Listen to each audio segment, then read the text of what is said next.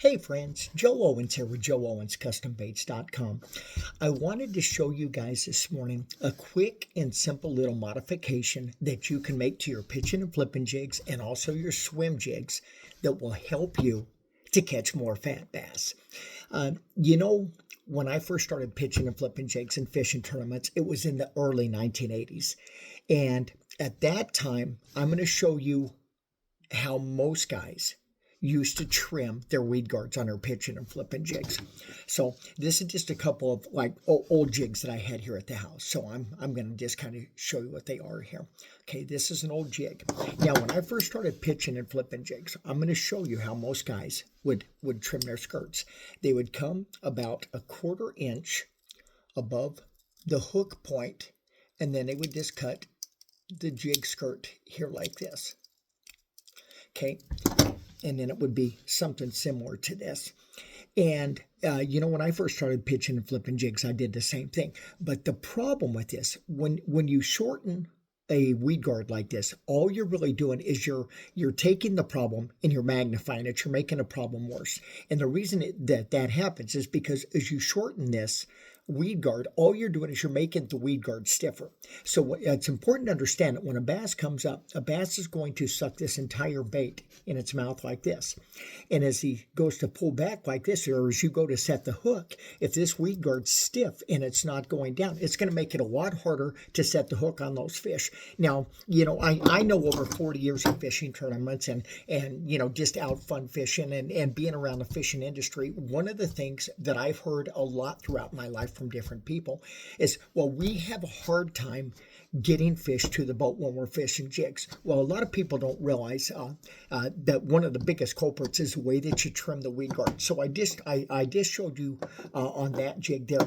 Now I want to show you something else here. These here, nice little pair of super sharp toenail cutters. You can get them on Amazon for like $4 or $5, but they are the perfect tool for cutting fishing lines and also for trimming weed guards. So let me show you a better way to do this, and it's going to help you catch more fish. It's going to help you get more fat bass in the boat, okay? So this is another one of those jigs that I just showed you, just an old jig I got laying around the house. But what you want to do, you don't want to come up here and cut across at an angle like this. That's just not the best option for you. Let me show you a better way, okay? You take this jig, and what you do, you want to start on the line tie side. Now, what you do is you come here about 1/8 of an inch or 1/16 of an inch above the head itself. And then you just cut out a few strands like this, okay? Just like that. And what's going to happen here is, now you see how easy that flexes? You don't need to cut the length off right here, but you see how easy that flexes? Now when a bass comes up and takes this bait in its mouth like this weed guard's automatically going to compress down, and bang, there you got him. Just very simple. I'm just putting very light pressure on that, but makes all the difference in the world. Now, let's assume for a minute that you're out there in the water and you're fishing and you're going along and you're fishing in 3 to 5 feet of water, and you come up to a section of bank that has a few isolated docks on it. Maybe some wood cover, that kind of stuff. This is going to not only get you more bites, you're definitely going to land more fish like this, but let's look at another scenario. Let's say that you're out on the water and you come to an area that looks really good and it's got a lot of thick, heavy grass. Well, one of the biggest problems with fishing, either a pitching or flipping jig or a swim jig in and around heavy grass, is that as you're pulling that bait through the grass, what's going to happen is a lot of that vegetation is gonna get caught on this weed guard right here. And if the weed guard is too stiff, it's not gonna flex down. And one of the things that I've had a lot of people ask me, well, how much of the weed guard do you actually cut out? And honestly, that depends on the situation. For me, typically, I will start with about 1/3 of the weed guard is what I will typically cut out. That's especially if I'm fishing around docks and wood cover. But if I'm fishing heavy vegetation, I'm always fishing the edges. You're fishing the top edge across the grass. You're fishing the outside edge and you're fishing the inside edge. Very similar to fishing a lipless crankbait. You're not throwing it right in the thickest part and trying to rip it through. That's not what you're doing. You're fishing the edges. Pull it over the top, pull it on the inside edge, pull it on the outside edge, where you're still in the grass, but you're on the edge of the grass. When I'm fishing grass, though, I will take out as much as like 2/3 of the weed guard because and the reason that you do that, I'm going to explain it to you in just a minute. But say you take out some more of the weed guard, okay? We'll trim a few more here for you. So now that's just, you see how easy that just bends down right there. Bass comes up, puts this in his mouth, bang, man, you got him. I mean, you got him. That's just a little pressure, and that just compacts right down, and that's exactly what you want. So what happens is you're pulling this jig through the water, and I'm talking about in grass and vegetation. If this is too stiff, then the vegetation is going to get hung up right here, and it's going to cause drag on your bait. You're obviously not going to get bit. But if the weed guard here has a whole lot of flex to it, this flexes down, just a little bit of pressure, real easy, what's going to happen is that grass is going to come like this. This is going to go down, as it should, and the grass is going to slide right over the top of the hook. It's going to keep it weedless for you.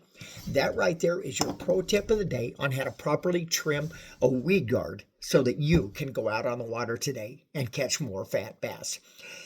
You know, I want to thank you guys for your support of our small home-based business here at joeowenscustombaits.com. We make and offer a full line of custom pitching and flipping jigs, spinner baits, swim jigs, bladed swim jigs, and we also have an outstanding line of the best what I call cut tail worms, or some people call them speed worms, that you can get. And in case you're not familiar, we offer free nationwide shipping on every order. We back every single product that we carry with an unconditional guarantee. If you're not happy for any reason, we will either replace it or refund your money, no questions asked. And we're very grateful for your business. We understand and we get that there's a lot of companies out there. You have a lot of options, and we appreciate you supporting our small home care business here at joeowenscustombaits.com. If you ever have any questions about a product, feel free to give us a call on my cell number at 908-361-6054, or you can email me directly, and that email is the number 5 fatbass@gmail.com. You guessed it, 5fatbass. And or you can just go directly to our online store at joeowenscustombaits.com and place your orders there. And I would also ask you to please check out our YouTube channel at Joe Owens Outdoors. I'm trying to get to 1,000 subscribers on that channel, which would be great. And if you want to be a part of that, that's outstanding. We not only have a lot of fishing content and videos, how-to videos, different presentations and techniques, to help you be the best fisherman you can be. But in addition to that, there's some bow hunting content on there as well, some bow hunting videos. I absolutely love archery hunting for elk. That's something that I've done pretty much for the last 30 years, and I've been very fortunate to have harvested 28 elk with my bow, 24 bulls and 4 cows, all on public land. And this upcoming fall, my buddy and I in September will be headed to Alaska for a once-in-a-lifetime Alaska Yukon archery moose hunt, and I hope you'll join us for that. But again, thank you for your business. Thank you for your support. May God bless you and your families, and I hope you have a wonderful day today. Thanks for watching the video.